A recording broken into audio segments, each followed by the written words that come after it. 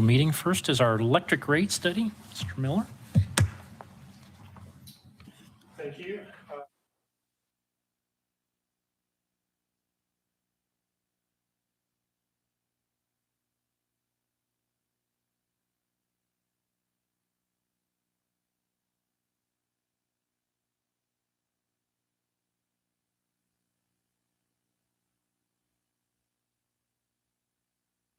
The major things that have changed.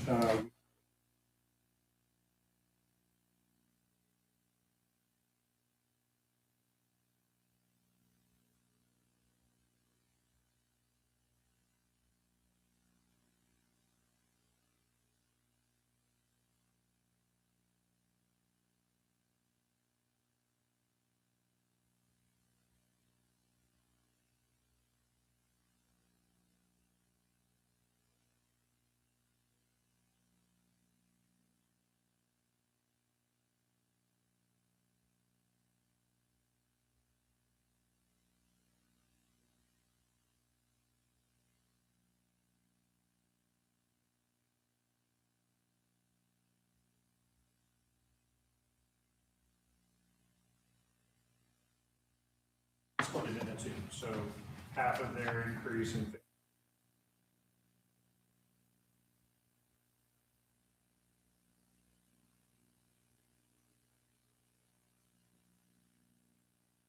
and then we took the industrial increase and split that.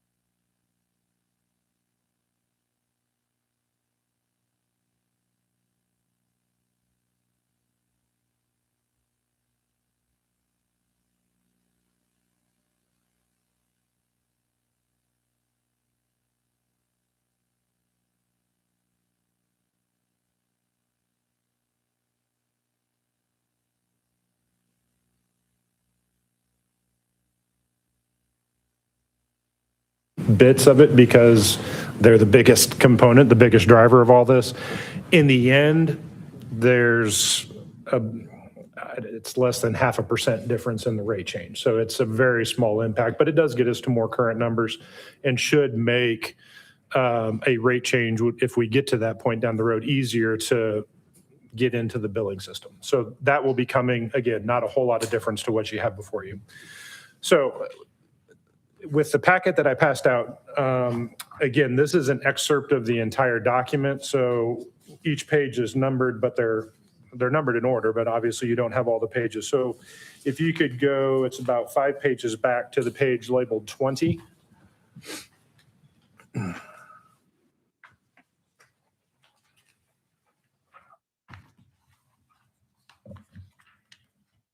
Page 20 is just a summary of the full revenue requirements for the entire study, for the entire program.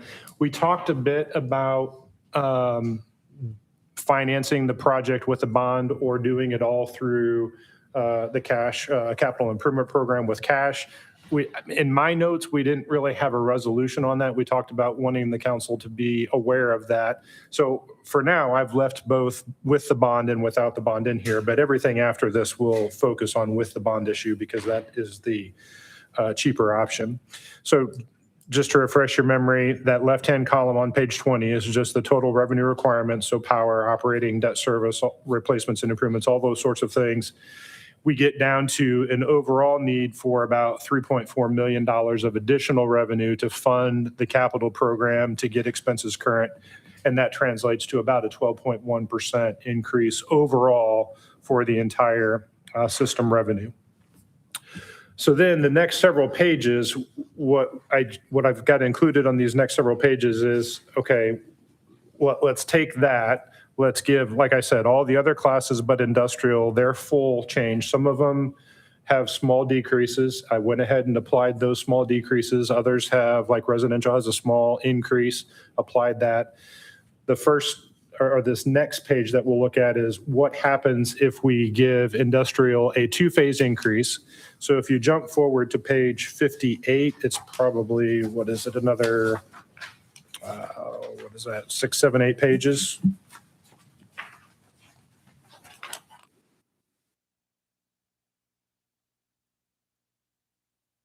10 pages. The pages I'm skipping over are just the calculations of how we get here. I'm just going to hit the summary since we have limited time. 58 is, okay, I see. Yeah, so 58, what I'm doing here, so now I'm just focusing on the bonded option. So we're going to do a bond issue to fund some of those improvements. And now what I've got is 2 columns. First one is we get everybody to cost of service but industrial. We give industrial half of their increase. And then in phase 2, everybody kind of stays the same where they're at, but industrial gets the second part of their increase, okay? So if you look towards the bottom, 1, 2, 3, 4, 5, 6, 7, 8 lines up from the bottom, you'll see industrial as a line. You see to the right, 16,233,000, that's the revenue from them in the first phase, and then 17,770,000 in the second phase. All those other revenues are the same in either column. Doing that gives us a very bottom line there. It gives us sufficient debt service coverage to go forward and pay the existing debt plus pay debt service on the new bond issue. But now what I want you to focus on, counting down from the top, 1, 2, 3, 4, 5, 6, 7 lines down from the top, labeled replacements and improvements. To fully fund your capital plan, your capital budget as it exists right now, we've got the items that we've pulled out for the bond issue. That's included here in the debt service number. But then you've got remaining capital improvements that need to be funded. And to do everything as scheduled requires $2,278,400 in the right-hand column. Industrial is a huge customer class for us. It's a significant, it's $16, $17 million of revenue. So if we don't get all that revenue up front, that replacements and improvements line is what we have to cut. And so instead of bringing in $2.2 million to fund the capital plan, in that first year, we only bring $740,000 in. So what the Question for you, Ed. Has the city indicated through any elected officials or the mayor that there is a desire to phase in the industrial increase? You had a joint working session scheduled for July 29th, where that was going to be an item of discussion. Yeah, the reason I bring it up is I met with the mayor very early in this process, but he wasn't at all upset about the industrial increase. And I just wonder if that has changed from any city officials that you're aware of. No, I've had no contact with them other than Dick Robertson was with our last working session, and I think Tim and Dick working session to discuss it because they're I think that. I think what it says, David and I met with Dick and Mike Kincaid, since he's president of the council, to try to get to our date, which is next week, for this discussion. And we talked about both options to be presented in the council to make that decision. Mayor and the council, and that's why I believe it's their decision that needs to be driving this process. Thank you. Yeah, thank you. What I wanted to point out, though, again, we'd only bring $740,000 in that first year. And so what that means is $1.5 million that's gone. That money is gone. We're not ever going to get that money because we're delaying that increase for 1 year. So it means everything on that capital plan is going to have to get pushed back and won't get done. It should as be scheduled. noted, for example, Waterford in 2027 has reserved 500 EDUs of water. In 2028, 500 more. And without the substation, we're not able to meet that if they're actually going to build that out. So, Yeah, I mean, so it is. It comes down to that choice. do we need that revenue now, or can it be delayed? And that's really, at this point, given the options that we were asked to prepare, that's kind of the decision that we're at, is how quickly do we need to build those improvements? That's the two phase. Yeah, go ahead. I had discussions with David and Sam, and they did go through the budget with a fine tooth. We don't really see anything you can move. And the cost of. Right. The more it costs, I think we're all on board with.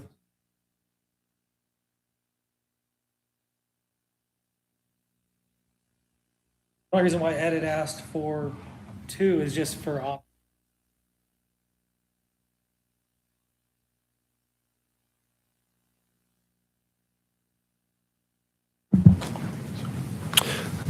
That's the two-step option. If you flip to the very last page in the packet, same schedule. Yeah, this is page 66. Yeah, page 66, very last page. Same scenario, but now we're taking industrial and doing it over 3 phases based on the discussion from the last work session. Again, from the bottom, you see the industrial line. That's the revenue that would come in, 15.7 million, up to 16.7, up to 17.7 over the 3 different phases. And then up at the top, replacements and improvements. In phase 1, the first year, we'd only bring in $227,000 out of a budget of 2.2 million. Bump that up to 1.2, 1,251,000 in phase 2, and then to the full 2.2. In my view, and you can see this on the very bottom with the debt service coverage number, in that first phase, we dropped below 125%, which is the absolute bare minimum since we have debt outstanding. In my view, a 3-phase increase just absolutely doesn't work. That we just can't, from a debt perspective, do that and move forward with the project. So I think, Is Scott going to be here for the working session? Yes. His calendar was the first one checked. yeah,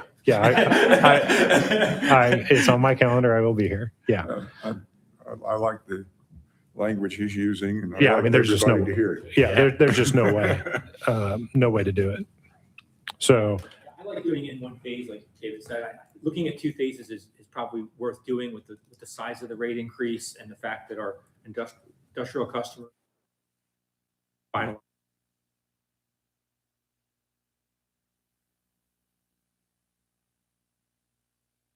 I say, isn't there another way of looking at it, that the computations that you have done to arrive at the industrial increase, doesn't that in a way reflect that for the past 13 years, they haven't paid their fair share? Flux, yes. Yeah, exactly. Yeah, this sets the cost of service. This identifies what the cost is to serve each class. That's doing it all up front in that single increase. That gets each class to what they should be paying. Right, and I think the only hesitation is going to be what I said in our last meeting, is our 3rd and 4th largest users are the school system and the hospital. And I think there will be some discussion or thought around it. And also our previous membership in the IURC and previous how we calculated rates, we wanted to be a lot more development friendly than we are. I don't want to say friendly. We wanted to incent developers more. And this is one of the ways we were doing it before, whereas that's not appropriate for the circumstances we're in right now. Is that accurate of what we did at IURC 13 years ago? I would, to some extent, yes, because what we're doing now is reflecting all of the growth that took place from the rate structure that we had. The cost of service, the methodology of doing a cost of service study hasn't changed over that time period, but now we have that demand on the system. That demand creates the cost that we now need to recover, and as a percentage of the customer base that we have, it's a huge piece of it. And so yeah, just passing on trackers over this course of time has allowed that cost to get a bit out of whack. And it's not that the cost the methodologies are different. It's just that by just doing a tracking factor increase over that amount of time, what is it, 12, 13 years, it's just allowed that to get skewed. So if the trackers would have tracked a CPI, we'd have a much bigger gap. It's been So- half, it's been half. Yeah. And something to make note of, and David and I had this discussion, but a lot of the industrial customers' bill is a demand charge based on their peak usage. And residential customer can't really change when their peak is because they're running the air conditioner when it's hot, right? And it's basically an industry, many of the industries that we've been in their plants and helped identify things where they could reduce their peak and they could improve their power factor, but those things cost money and they just haven't done it. Because of the usage rate. Yeah. Right, so this is, Why? they might do these things Right. and they might not pay, they'll pay more, but they help themselves. And I see Sam and The David. flat rate, I think, will help So with that impetus too. that's a great segue, both of those comments, because there are a few open items still, not least of which obviously is deciding the option that we're going to take. But some open items are the small power. And when you reviewed this, you responded back with a question about the small power. The way this works, we go through the cost of service and identify how much revenue we need from each class. And then it's just a matter of how do we effectively collect that revenue. And so in small power, in early discussions, we talked about adding a demand charge, which is in here. We did that. Well, if we're going to add a new demand charge, that necessarily means that the usage charge for KWH is going to come down. Because, we need this amount of money. If we collect some from this brand new charge, then the other piece comes down. I did that kind of a standard way in terms of just calculating that demand charge based on the demand component of our power that's allocated to that class. We could bump that down and make that demand charge less and have the KWH go up higher. We don't have to go to a demand charge, but I think that takes away some of the incentive you were just talking about of trying to better address some of those issues. So on that issue, I would recommend leaving the demand charge, some demand charge in there. Maybe we don't go to the full amount that I've calculated right now. Maybe we back that down some as kind of a way to phase that in as well. It's not going to change the overall bucket of money we get. It's just how that is split. And What's your response to Chris' comment? We sat down, we talked about it, we ran the numbers. We don't want to overcomplicate.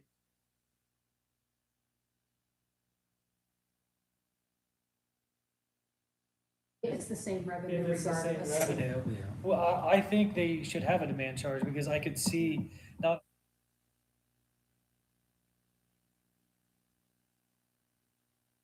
But it's also, it could be an incentive for them to. Like the idea of maybe lowering it so we don't have such a huge gap. I'm for simple, we have to calculate. Yeah. Whatever's easier. yeah, and it's brand new, so it's going to be different to the customers too. So starting, with a smaller number than what we've got, I think we can easily justify that as kind of a, we're going to introduce you to May charge be this. hidden on the bill? It'll be listed. It will be listed? Okay. We don't have things. Well, I know what you're saying, I'm just trying to be clear. So currently, like in residential, the fixed charge is not listed separately. So But currently- on industrial, it is. Okay. currently the demand charge is listed on the bill for small.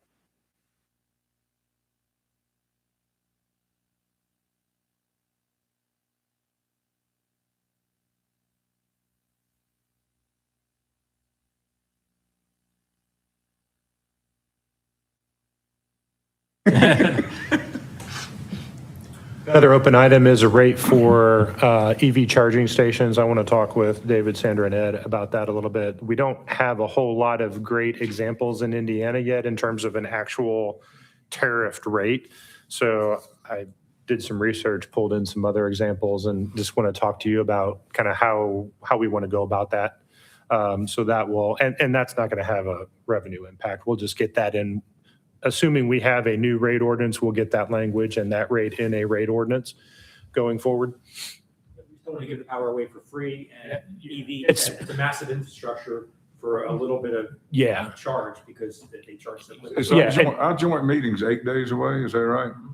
So is there a lot of work left to be done in those 8 days? No. Okay, all No. right. But yeah, it's just last bit of cleanup. Or if you're expecting us to have a draft ordinance to put in front of the city council at that meeting, Yeah. because there's a lot of these conceptual issues that we would want to nail down first. Oh, yeah, Yeah. yeah, okay. You know, Tim, to your point about, you know, where we are from a user or a pro-growth mode versus a realized growth mode, one of the big changes, of course, is structurally how we handle on-site and off-site improvements. So as we're thinking about what that, you know, we might think what that looks like relative to a rate structure, we've got existing users that are going to feel that benefit because they're existing versus future that there's going to be some bigger tickets that they're going to see coming into town. So I don't know philosophically how that plays in terms of what the city council is going to want to do from a slow some things down and make others pay the freight, as has been the moniker going forward. So I think that will help. But that's something to keep in mind as you look at what kind of recommendation you want to make. If I'm not mistaken, you know, I think 4 of our 10 biggest power users have entered our rate structure or rate system since the last time we did this. So it goes directly to the large industrial numbers. So whatever, if it was an incentive or was part of, which I'm not sure electric rates would be an incentive to get you here, but it sure has helped them while they've been here. So. I will say every large user that is looking here,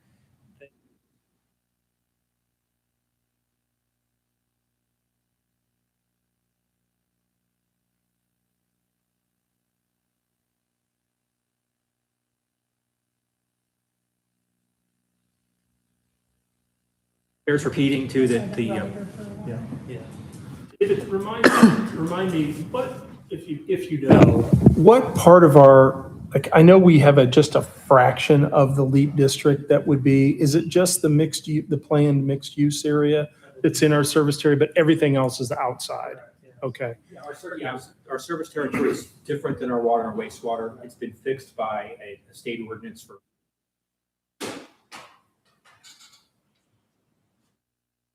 growth inside of our Lebanon city footprint, where we need the substation. I mean, you mentioned Waterford, whether Waterford happens or not, we need the substation soon. But I'm thinking it's a few hundred acres. Am I right on that? I thought it was 100 or less. Okay, okay.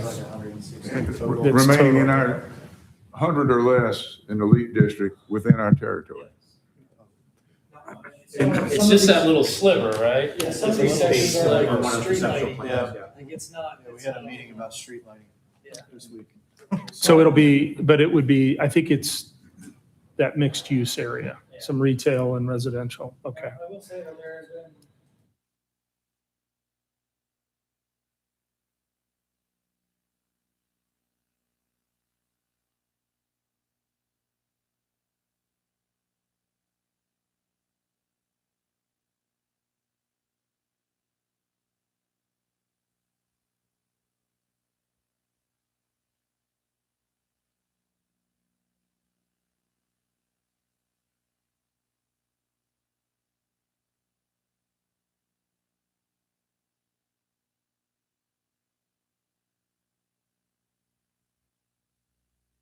You gonna be at the joint meeting? I will be there. Yeah. All right. Any other questions for Scott related to our potential rate increase? Just a reminder, yeah, next Wednesday, we do sit down at 6 o'clock with city council. This will be our topic. So we'll try to keep it This focused. room or another room, or I'm assuming it's this room, but I don't. will it be televised? It's a working session, so I believe it will be.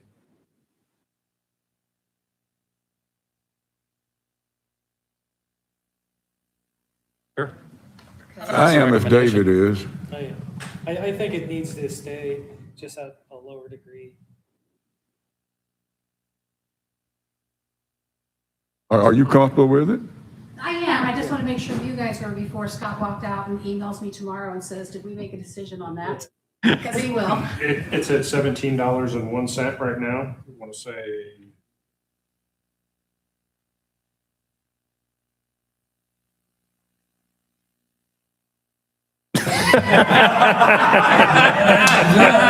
Touche.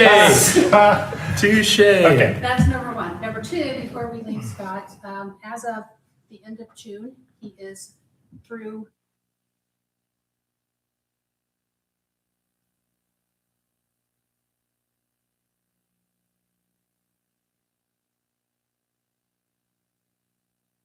It was a little over 25, so I rounded it to 30 to make sure that I don't have to do this.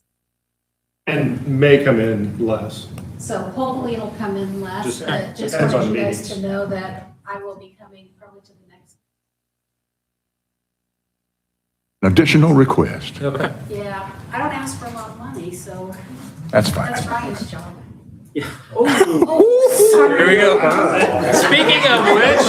Sorry, what did we talk about for I accidentally saw that. Item B, public-private agreement for wastewater collection system, our Hickory Junction I think so, yes. contract. Yeah, I guess we. Yeah, this is, What this is the PPA to move forward with phase 2 of Hickory Junction. That will basically the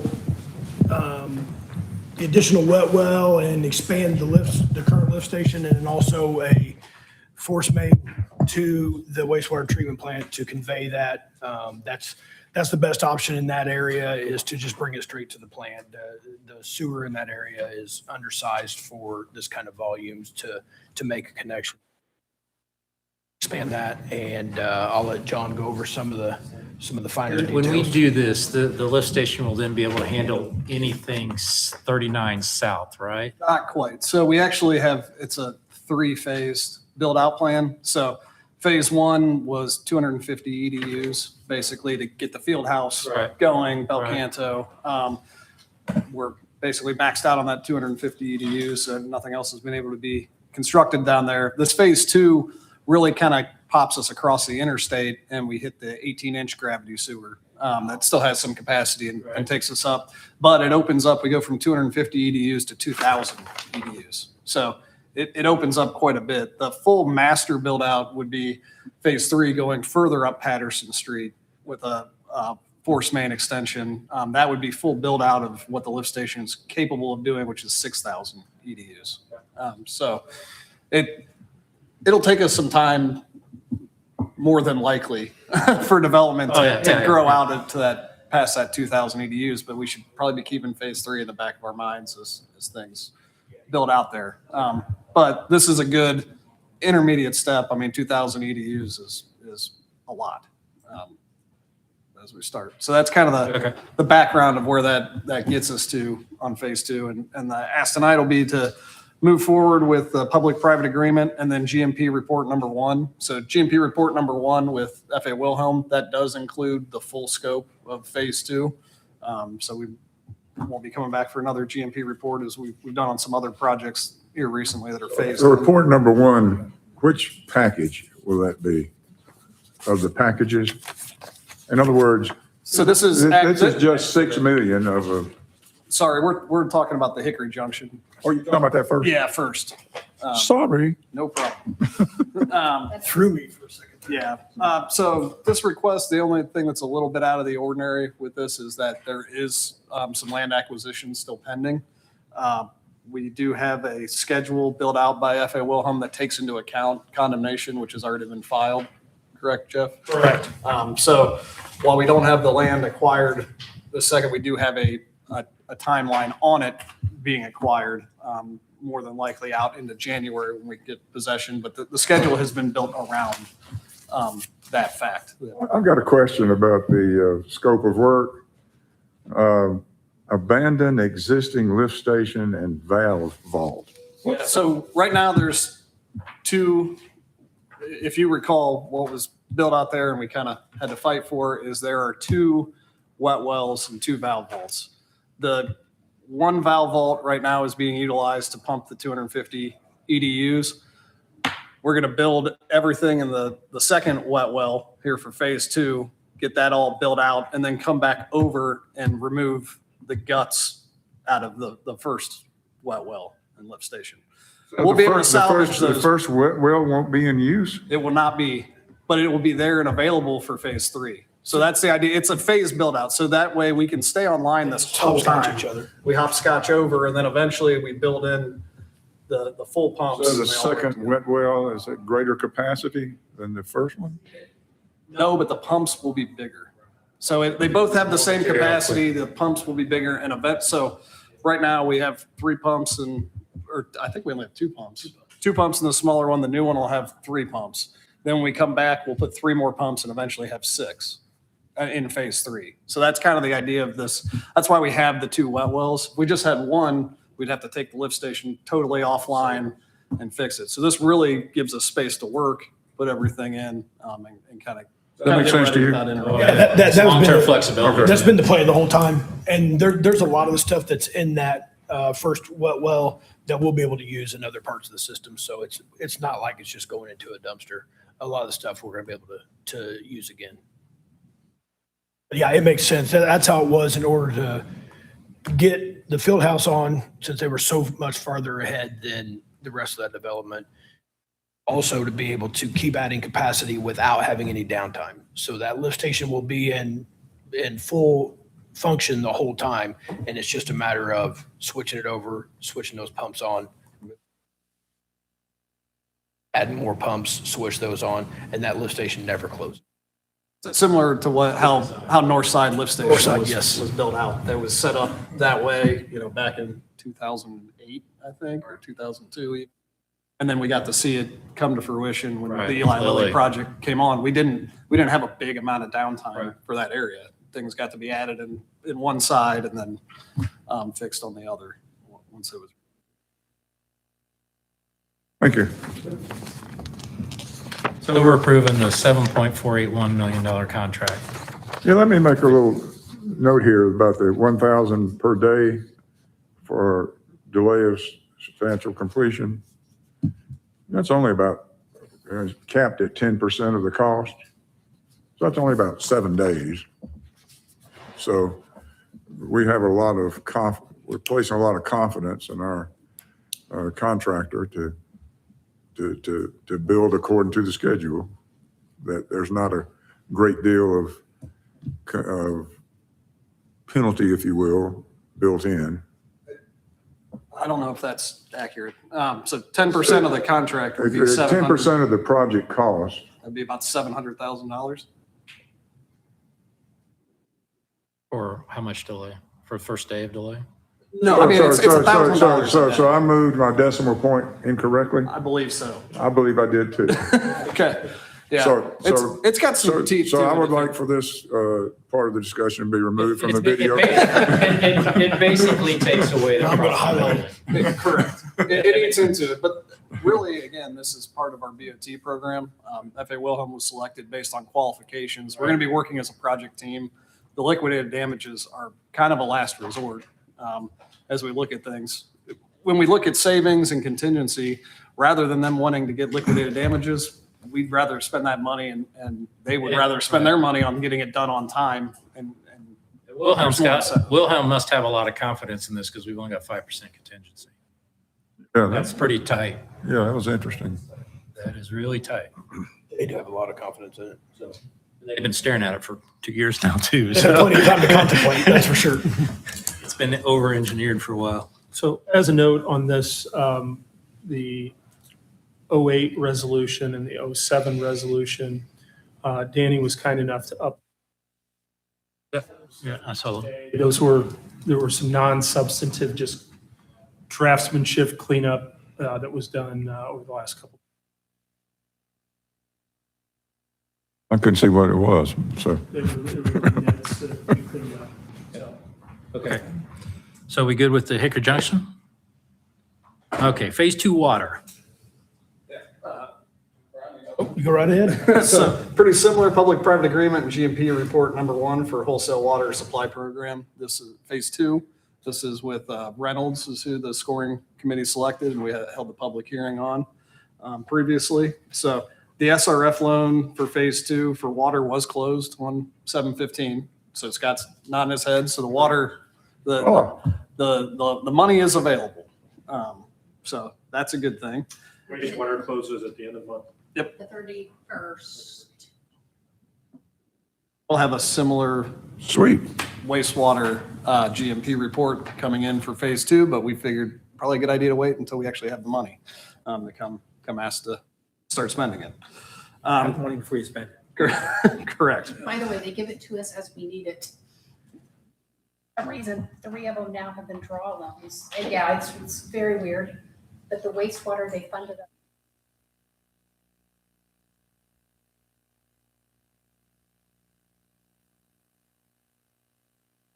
Well, kind of 56 million they funded up front. Everything else is a. Okay, and that interest that's accumulating is accumulating to Lebanon Utilities, even though it's not in our possession? To be used for the project, yes. So with this, the GMP report number 1, it includes early procurement of materials. Right. On-site construction, we're not authorized yet. We're still working through environmental clearance. So it's not one of these phases? It's basically all of the materials. phases. Okay, so, Materials for all of them. Yes. okay, Yep. So it's not any of those phases in full or construction of any of those phases. We're allowed to take possession of, we're allowed to order materials and we're allowed to store them. But we cannot currently put a shovel in the ground. We anticipate that'll come in September of 2026 based on when we've turned in our environmental documentation. And clearance, we're also still working through some land acquisition there, but that first package, package E, is all on IEDC property. So that's the one we anticipate we'll be able to get started on in September and hit the ground running. So with that, this being GMP report number 1, we had Reynolds provide a budget verification letter for phase 2, basically to give you guys a little bit more comfort on, this is $6 million, but it's really, I'd hate that. Sudden, it's going to cost, 2 times the budget that we had. So the budget that Reynolds looked at and gave us kind of on preliminary, very high level looking at it, also no value engineering taken into account. In the PER, we had about 63 million estimated. They came in at 66 million. So we're a little bit over on the construction, but looking at all of the other line items we had on the PER, we're about $500,000 under right now. Total. Yeah. So that's kind of looking at everything. So overall on the loan, similar thing happened on phase 1 where construction was just a little bit higher. It's pretty hard to estimate on those PERs, but we had some good fluff on engineering, design, legal, that were more based off, inspection. We're more based off of percentages, and then our actual time is less.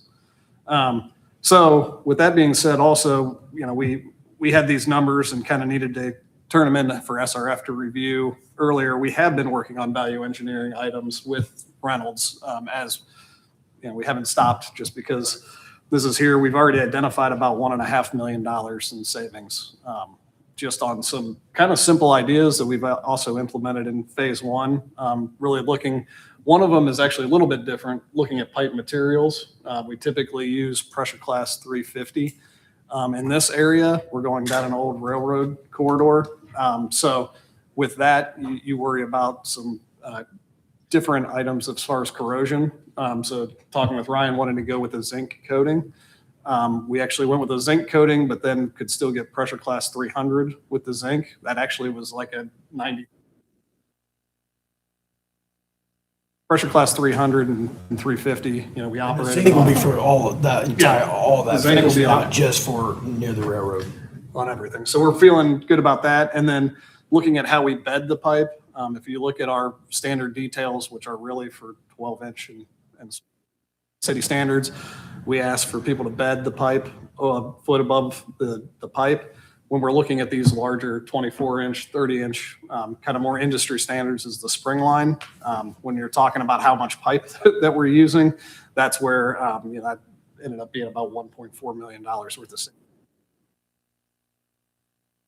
So again, we'll keep looking at things. What's the current discussion on the booster station? They made an alternative proposal.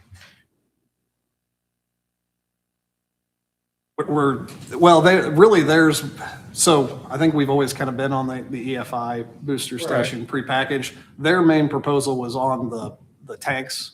Wanted to do it. I think. Oh, yeah, that's true. What we ended up deciding is going with a kind of similar style that we have now, the round tank that's pre-made. We do have two different vendors that we're looking at. One is DN Tanks. It's actually going really well. Also, it's really looking at schedule and making sure everything can fit in the schedule. So,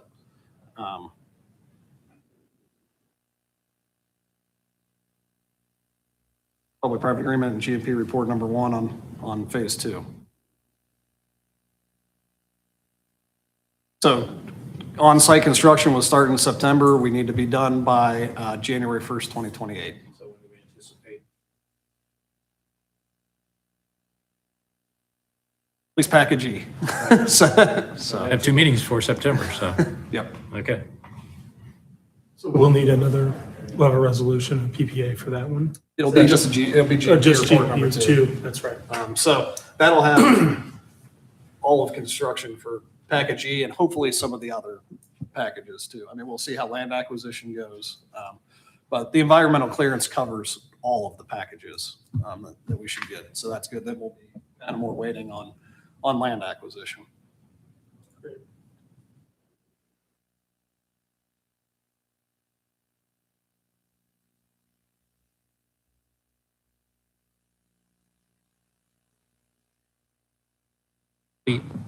Motion to close? Move we adjourn. And a motion and a second. We are adjourned.